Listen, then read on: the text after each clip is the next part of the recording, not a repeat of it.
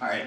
Highly acclaimed actor Morgan Freeman, televangelist minister Pat Robertson, creator of the Huffington Post Ariana Huffington, and Fox News correspondent Glenn Beck, and West Coast gangster rapper turned Rastafarian Snoop Dogg, or more recently known as Snoop Lion. If all five of these people were put together in a room, they probably wouldn't get along that well. However, they do have one fundamental thing in common with each other.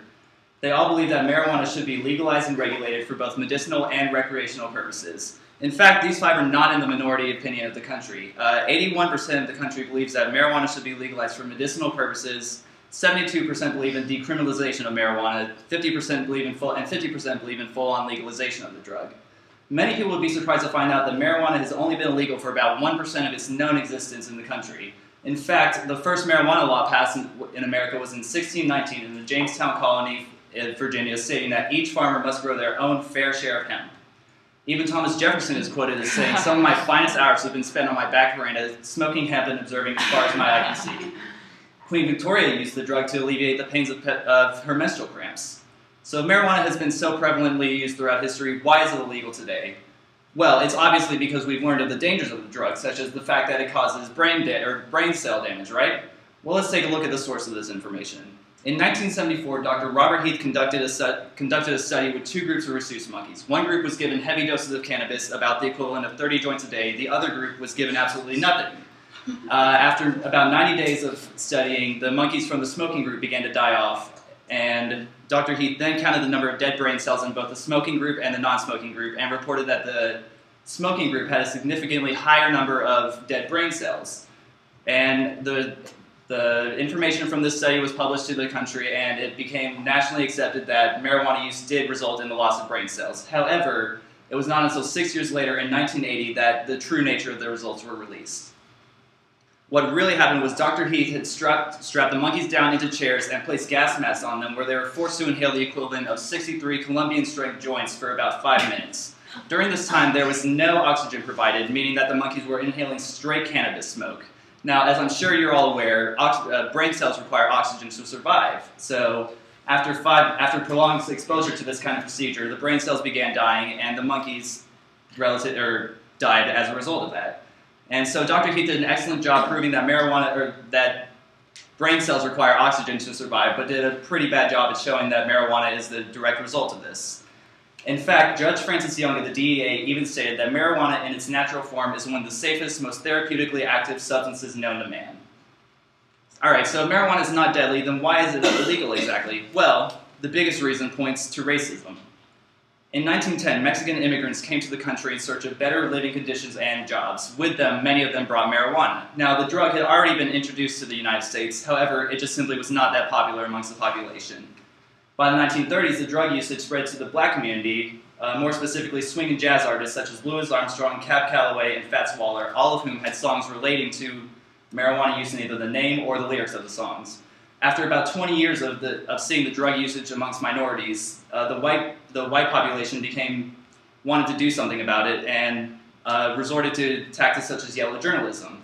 In 1936, the American Nursing Journal released an article stating that a marijuana user will suddenly turn with murderous violence upon whomever is nearest to him. He will turn amok with knife, axe, gun, or anything else that is close at hand and kill or maim without reason. Now, I'm sure most of you are aware that someone who's stoned off their something would probably prefer sitting down on a couch watching SpongeBob while eating Cheetos instead of killing numerous amounts of people.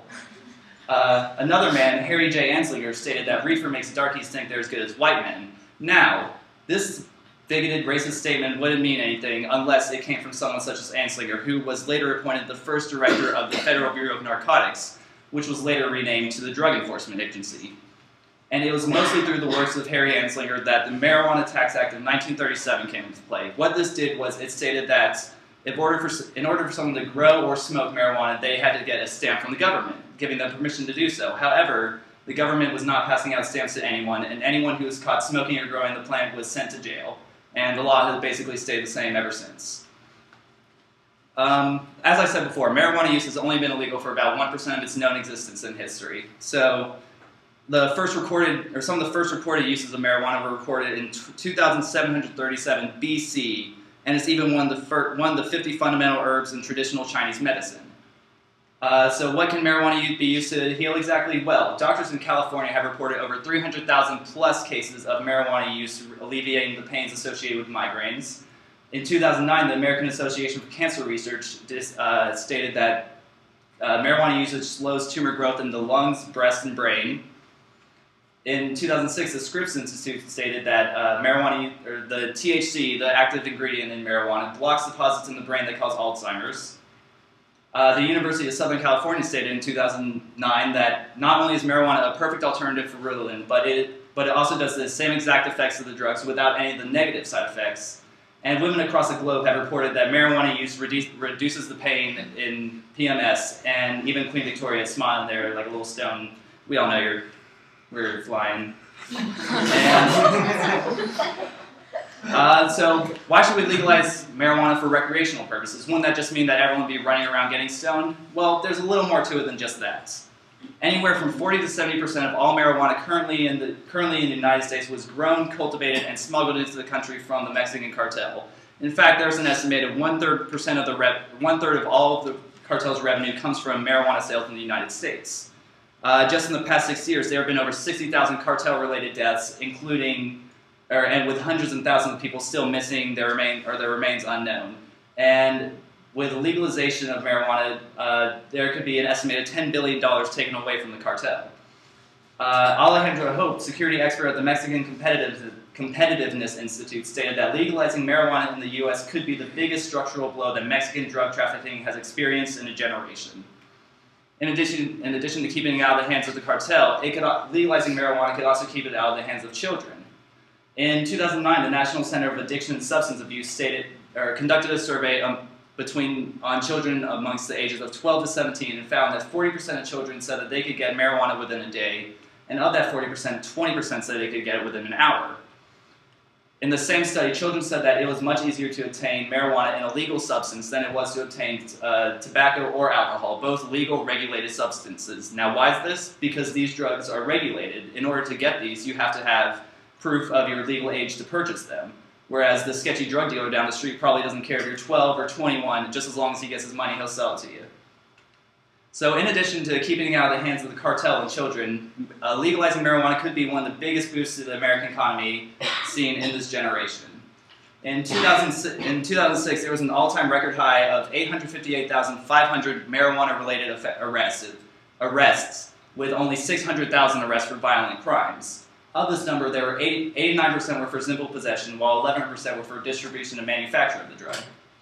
In the state of Tennessee, a $200 bag of marijuana will probably get you in jail for about 1 year. And how much does it cost to keep a person in jail for 1 year? Well, in Tennessee, it costs taxpayers $25,000, and this is a relatively low number compared to states such as California, where it can cost anywhere up to $47,500 to keep one person in jail for 1 year. With the combined total sums of all the states across the country in the year 2009 for marijuana-related offenses, it cost taxpayers a total of $21 billion just for keeping marijuana-related offenders in prison. And this number is relatively small compared to the $450 billion that have been spent keeping marijuana-related offenders in prison since 1969 when the war on drugs was issued.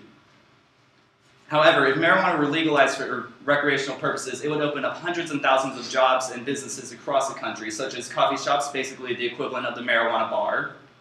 There would be a need for growers to grow the plants, and there would be dispensaries and jobs at dispensaries open to where someone could legally purchase the drug, such as the equivalent of alcohol's ABCs. So once all these jobs and businesses were put into place, there would be taxes on the dispensary sales, coffee shops, natural med pot and hemp products, income taxes, property taxes, and combined with the save money from prison costs and prohibition efforts, America could be bringing in anywhere up to $100 billion per year just from legalizing marijuana. I will leave you with a quote from Morgan Freeman. "It's just the stupidest law possible. You're just making criminals out of people who aren't engaged in criminal activity, and we're spending zillions of dollars trying to fight a war we can't win. We can make zillions, just legalize it and tax it like we do liquor. It's stupid." Thank you.